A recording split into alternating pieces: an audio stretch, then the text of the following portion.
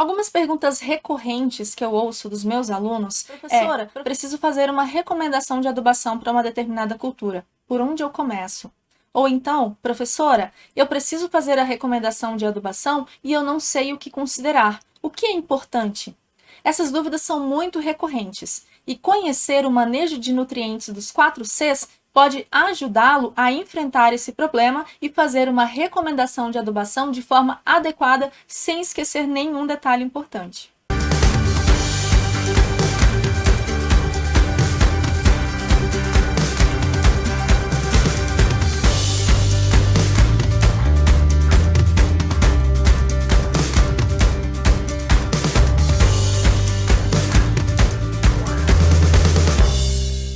É de praxe que a disponibilidade de um determinado nutriente no solo seja um critério definidor das estratégias de adubação.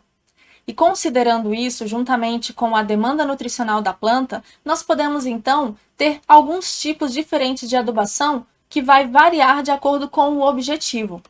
Considerando isso, nós temos então a adubação de construção de fertilidade, a adubação de manutenção e a adubação de reposição da fertilidade. É importante ressaltar que no caso da adubação de correção, você estará então adubando, corrigindo e fornecendo nutriente considerando o solo e a planta, sobretudo o solo, tá? Nesse caso, durante o processo de construção, nós teremos aí teores muito baixos a médios desse nutriente no solo. Quando nós estamos na faixa adequada desse nutriente, geralmente fazemos as adubações de manutenção. Nesse caso, nós estamos um pouco acima do nível crítico, que é aquele que separa a faixa de onde abaixo nós temos uma disponibilidade insuficiente e acima nós temos uma disponibilidade acima do que é requerido para a cultura. Nesse caso, nós temos então uma adubação que coloca nutrientes via adubação para o solo e para a planta, sobretudo para a planta. No terceiro caso, que seria a adubação de reposição, há uma adição de fertilizantes no solo visando apenas a planta. Então, nesse caso, nós temos aqui teores mais altos do nutriente no solo, tá? A partir disso, você consegue identificar em qual nível de adubação você encontra de acordo com a análise, o laudo da análise de solo que você tem em mãos e também confrontando esses dados com a demanda nutricional da planta.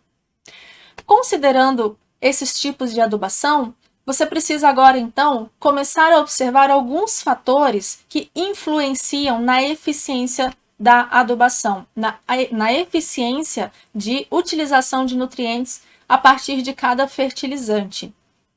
E para que você consiga fazer o manejo da adubação da maneira mais correta e mais adequada possível, é importante que você conheça esse conceito dos 4 Cs. O conceito dos 4 Cs consiste no seguinte: utilizar a fonte certa de fertilizante, aplicado na dose certa, durante a época certa e no local certo. Então, esses 4 certos, eles são necessários para que você execute um manejo sustentável da nutrição de plantas. E esses 4 certos, eles não foram definidos aleatoriamente. Eles foram definidos por princípios científicos específicos e que influenciam diretamente nas tomadas de decisão e nas escolhas práticas. E eles estão também extremamente interligados entre si. Tanto que quando nós falamos de um, acabamos também falando e expandindo para a fronteira dos outros 3. Então, como exemplo, nós temos no caso da fonte, que tem como princípio garantir o fornecimento adequado de nutriente e também escolher essa fonte de forma que há um ajuste aos atributos do solo para reduzir os processos de perda desse nutriente.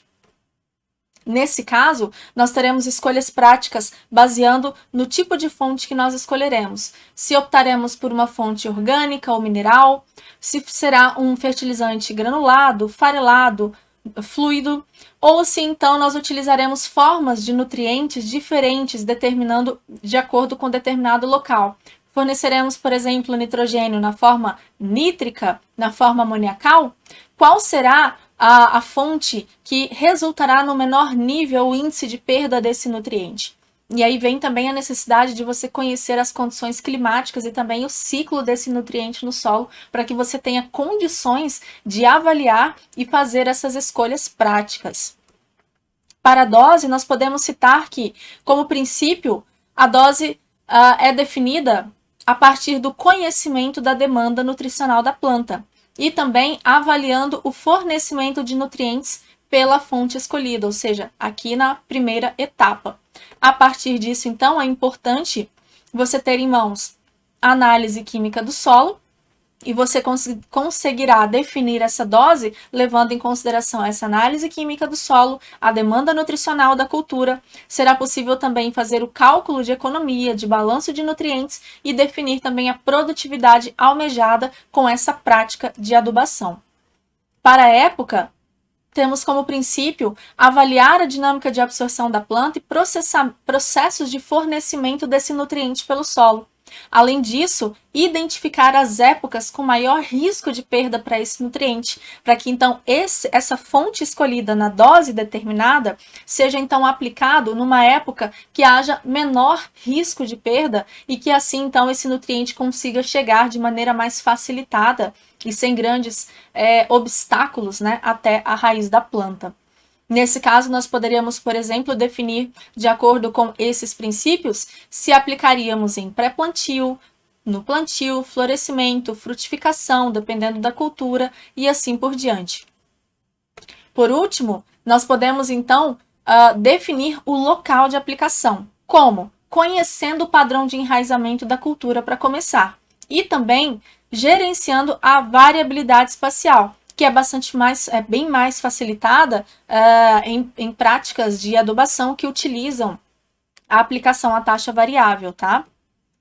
E a partir disso nós teríamos aí tomadas de decisão e poderíamos escolher entre aplicar a lanço, na linha de plantio, no tratamento de sementes, foliar, etc. Tá? Então aqui nós temos alguns dos princípios e alguns exemplos de escolhas práticas que são consideradas para esses 4 certos.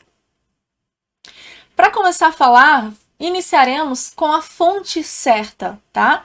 Alguns aspectos devem ser considerados na hora de definir a fonte certa.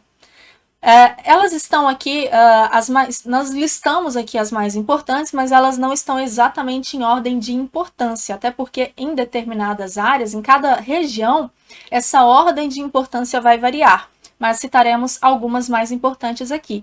Por exemplo, a disponibilidade do certo fertilizante na região e também o preço. Não adianta você aplicar todos os 4 certos e, de repente, quando você chega para efetuar a compra do fertilizante, ele não está disponível na sua região. E você precisa, então, comprar em outra região e o preço está nas alturas. Isso não é um manejo sustentável de adubação. Então, disponibilidade na região e preço desse fertilizante é algo muito importante a ser considerado. Essa fonte, ela vai fornecer mais de um nutriente? Geralmente é desejável que sim, tá? Sempre que um fertilizante pode oferecer mais de uma fonte, sempre que o fertilizante pode fornecer mais de um tipo de nutriente, é uma prática bastante desejável. Dose.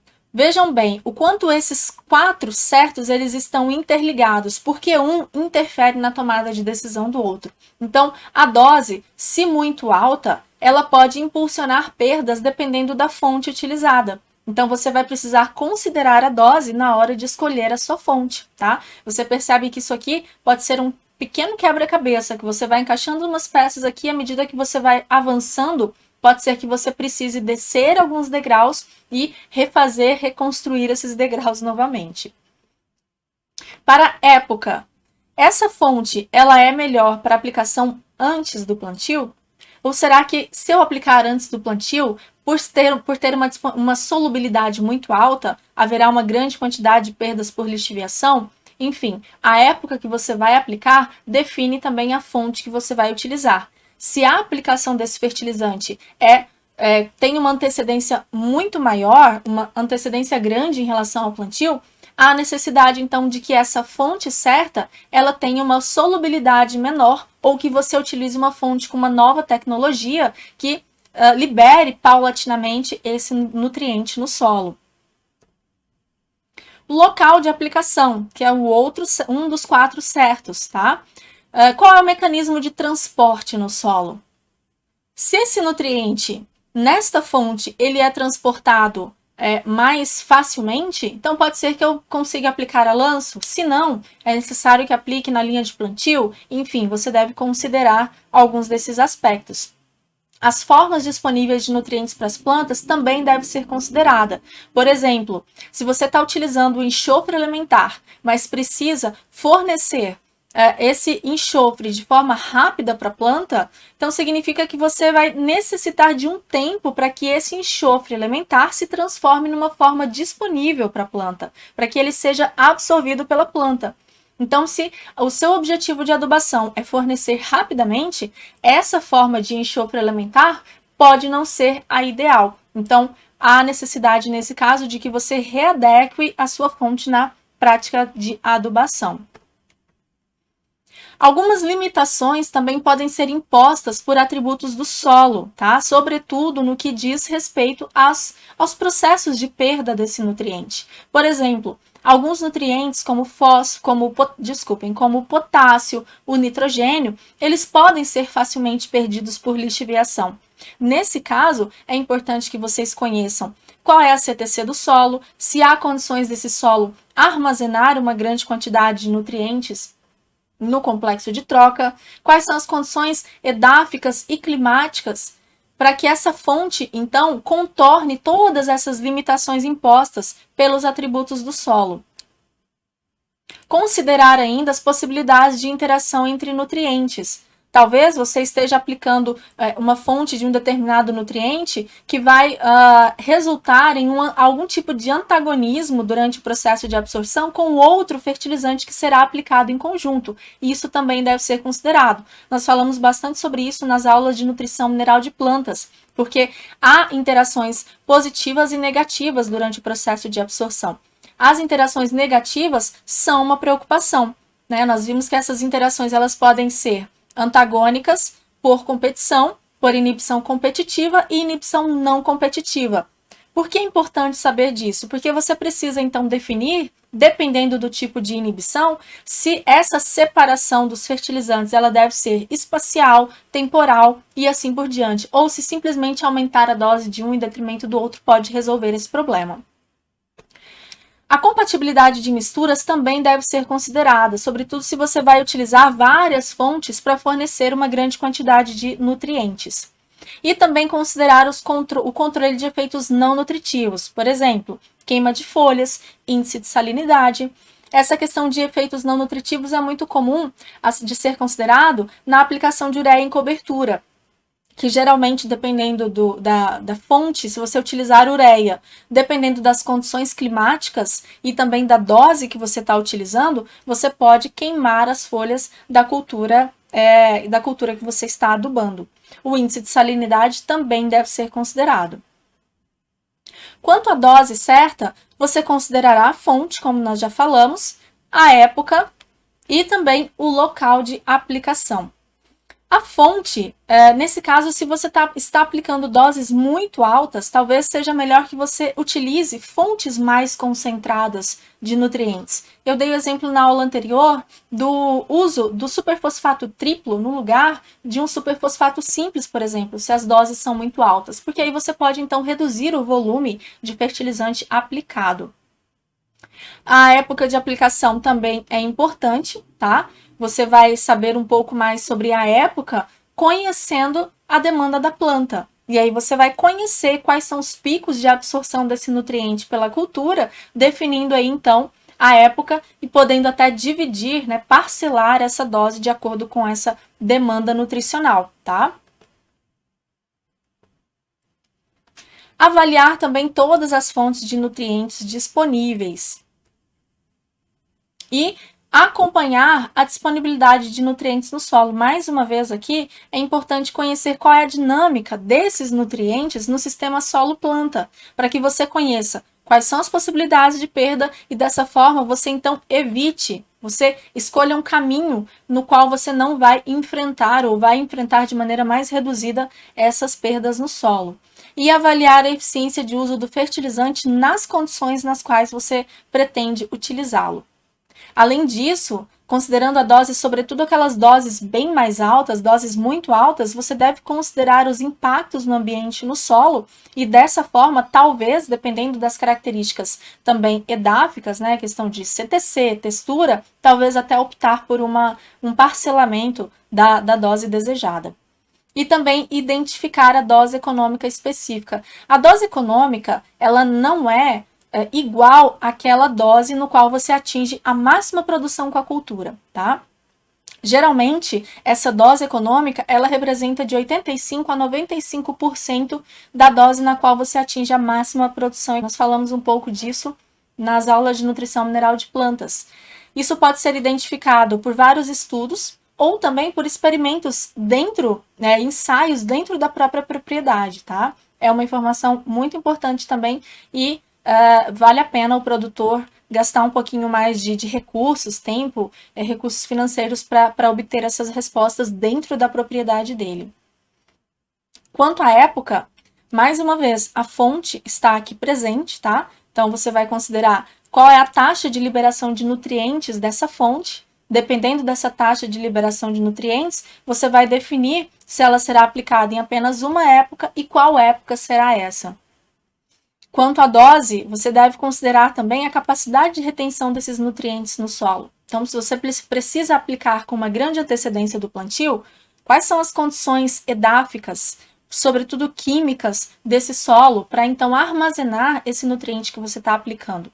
Porque dependendo disso, dessa dose, se for muito alta, talvez seja importante você readequar a época ou até mesmo a dose do fertilizante. Local de aplicação também vai variar de acordo com a época. Se você está aplicando em pré-plantio, por exemplo, você pode fazer, considerando todos os outros fatores, a aplicação a lanço. Se você está aplicando durante o desenvolvimento da cultura, é necessário que você aplique nas entrelinhas e aí defina se vai, de fato, incorporar ou não. Para a época, também é importante conhecer a marcha de absorção do nutriente pela planta. Nós sabemos que a planta ela não absorve de maneira uniforme aqueles nutrientes em todo o seu ciclo. Então, há algumas etapas da planta em que ela absorve mais. Um exemplo disso é no início do crescimento e depois também no florescimento. São geralmente, tá? Varia de cultura para cultura, mas geralmente são 2 etapas onde as plantas absorvem com maior frequência e maior quantidade os nutrientes do solo. Então, conhecendo esses picos de absorção, é interessante que você sempre preze por fornecer o nutriente algum tempo antes desses picos para que o nutriente esteja lá quando a planta precise. Então, conhecendo a marcha de absorção da planta, você consegue executar aplicações programadas e dessa forma aumentar a produtividade, porque você vai aumentar a eficiência de utilização de nutrientes, eficiência de absorção de nutrientes pela planta e também reduzir a contaminação e excesso desse nutriente no ambiente, já que a absorção será aumentada. A dinâmica do nutriente no solo também deve ser considerada, sobretudo as entradas e as perdas, tá? É importante você conhecer quais são os tipos de perdas mais prováveis de acontecer naquelas condições nas quais você está adubando, para que você determine em que época aplicar. A logística das operações de campo também deve ser considerada, então você precisa considerar o local de aplicação do fertilizante, a forma de aplicação desse fertilizante, você vai distribuir de que forma? Na linha de plantio? Você vai distribuir a lanço em pré-plantio? Você tem os equipamentos disponíveis na propriedade para aplicar da forma que você está planejando? Então, talvez seja necessário antecipar a aplicação de fertilizantes em áreas muito extensas para que o plantio seja um pouco mais rápido. Então, são fatores a serem considerados para definir a época certa de aplicar o fertilizante. E por último, nós temos o local certo. O local certo nada mais é do que você posicionar estrategicamente o nutriente. Então, nesse caso, nós temos várias opções de locais de aplicação. Linha de plantio, a lanço, em faixas, no tratamento de sementes, via foliar, fertirrigação. Então, são inúmeras as formas de posicionar o nutriente para a planta. Você vai definir observando o ambiente, observando a estrutura que você tem e também alguns fatores como a fonte. Se você utiliza fertilizantes, fontes que têm alto índice de salinidade, então talvez não seja interessante você aplicar tão próximo da semente ou tão próximo da raiz para evitar problemas com queimas. Se você utiliza fontes com taxa de disponibilização de nutrientes muito rápida, talvez seja interessante espalhar um pouco mais na superfície esse fertilizante para que você não promova interações antagônicas entre nutrientes. Quanto à época de aplicação, considerando o local, você deve se lembrar que, ao definir depois do desenvolvimento da cultura, você terá menos opções de locais de aplicação. Quanto à dose, isso também vai determinar, porque uma vez que você tem doses muito altas, talvez seja importante você variar o posicionamento estratégico desses nutrientes. Quanto ao local de crescimento das raízes, é algo de fato muito importante, porque você precisa sempre colocar o nutriente o mais próximo possível da raiz. Lembre-se que eu estou dizendo o mais próximo possível. Nem sempre colocar o fertilizante próximo da raiz ou da semente, consequentemente posteriormente da raiz, pode ser a melhor escolha. Vai variar de acordo com o índice de salinidade, algumas propriedades do solo, enfim. Além disso, mais uma vez, dinâmica do nutriente no solo. Pessoal, se vocês não conhecerem fertilidade do solo, se vocês não entenderem dinâmica do nutriente no solo, vocês não vão conseguir fazer recomendações de adubação de maneira eficiente e de forma que reduza perdas, tá? Então, conheçam a dinâmica do nutriente no solo para que você saiba definir local, fonte, época e dose certa de aplicação, tá bom? Quanto ao sistema de manejo da área, também é importante, porque, por exemplo, em sistema de plantio direto, não há revolvimento do solo. Então, nesse caso, não tem como se considerar a aplicação de um fertilizante X junto com a sua incorporação, tá? O que já é possível de fazer no sistema convencional. Se você está trabalhando também com sucessão de culturas e rotação com associação de culturas, é algo também a ser considerado, pois há uma maior limitação de locais a serem aplicados, tá? Deve considerar também aquelas áreas onde há uso de práticas conservacionistas, principalmente práticas conservacionistas vegetativas. Isso também deve ser considerado. A variabilidade espacial também é algo importante, principalmente para aquelas áreas onde se utiliza a aplicação de fertilizantes a taxa variável, onde há então um controle e um conhecimento bastante profundo da variabilidade espacial, da disponibilidade desses nutrientes. E aí então há uma aplicação no local de fato mais corretamente ainda, tá bom? Esses são alguns dos aspectos a serem considerados no manejo de nutrientes 4C. Se você quer conhecer um pouco mais e aprofundar um pouco mais nesse assunto, eu sugiro que vocês façam a leitura deste livro do IPNI, 4C Nutrição de Plantas. É uma literatura que eu de fato indico, é muito relevante para esse assunto, e indico também as boas práticas para uso eficiente de fertilizantes também do IPNI e os materiais disponibilizados no Moodle para que vocês consigam realizar as atividades lá disponíveis. Até mais!